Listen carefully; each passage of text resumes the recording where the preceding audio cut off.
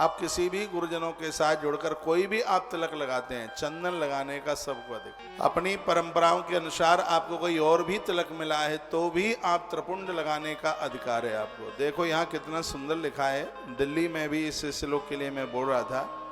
इसमें त्रिपुंड में मस्तिष्क पर 3 रेखाएं होती हैं। क्या का महिमा, तिस्त्र रेखा भवत्येव स्थानेषु मुनिपुंगवः।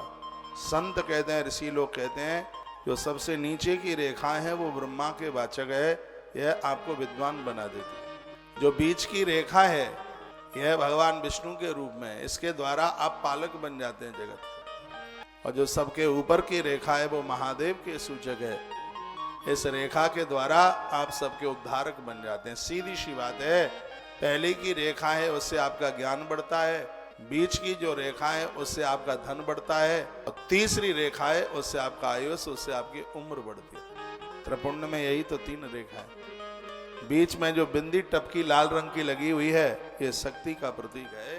तो यह बड़ी अद्भुत बात कही गई है। लिखा है तत् सर्वतीर्थे सुयत पुण्यम सर्वतीर्थे सुयत फलम तत्फलम सममाप्नोति भस्म स्नान करो नरः।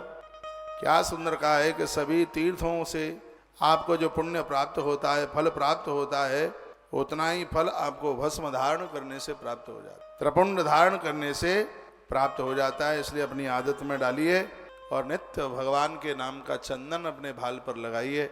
यह चंदन रोली तिलक भगवान का चरण चिन्ह है। ठाकुर जी का चिन्ह आपके मस्तिष्क पर रहता है तो खोटे विचार नहीं आते। हम लोग बिना चंदन रोली तिलक के रहते ही नहीं है। रोली चंदन नहीं है, स्नान करके आ रहे हो तो हथेली पर, बाईं हथेली पर पानी डालो, दाहिने हाथ की उंगली से घिसो और पानी को ही चंदन रोली बनाकर अपने मस्तिष्क पर लगा लो। उसके बिना मत रहिए, आनंद हो जाएगा। त्रिपुंडेन विनायेन विप्रेण यदनुष्ठितम। लिखा है बिना त्रिपुंड धारण किए हुए जो ब्राह्मण स्नान, ध्यान, दान, जप आदि अनुष्ठान कर्म करता है वह न तो स्नान, न ध्यान, न दान, न जप आदि अन्य अनुष्ठित कर्म कुछ भी नहीं है। वो जापक लोग, सिद्ध लोग नहाने से पहले माथे पर चंदन लगा के ही स्नान करते हैं, चंदन को कभी पोंछा नहीं जाता। बहुत लोग मुंह धोते हुए चंदन को बाष्पेशन के ऊपर जाकर के धो देते हैं। चंदन स्नान करते समय अपने आप पोंछ जाए। चंदन को, तिलक को कभी पोंछा नहीं जाता। यस्संगे नैव रुद्राक्ष एकोपि वै पुण्यदान तस् जन्म निरर्थम स्तात प्रपुंडारहितो यदि। जिसके अंग पर प्रचुर पुण्य देने वाला एक भी रुद्राक्ष नहीं है। समझ रहे हैं आपके नहीं समझ रहे?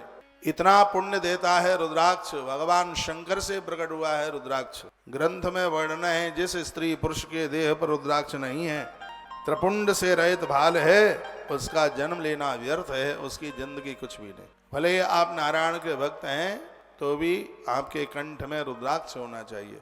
रुद्राक्ष का महात्म्य, रुद्राक्ष का विज्ञान आज की कथा में आप सुनेंगे।